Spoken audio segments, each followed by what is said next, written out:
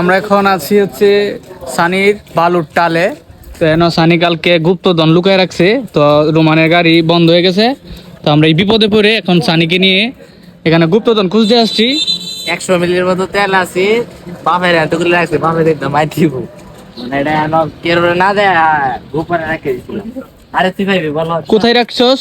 রাইতে হ্যাঁ রাইতে গুপ্তধন তেল যে কি জিনিস মানুষ বুঝতেছে। এটা দিছে সিনমা ছিল আইকা আগে তাহলে তো এটা বাবির আল্লাহ বললে কি লাভ হইলে বাইরে তোর ঠিক আছে। কোথা হচ্ছে এই যে ভাগছে মজুত করা হচ্ছে এখানে তেল।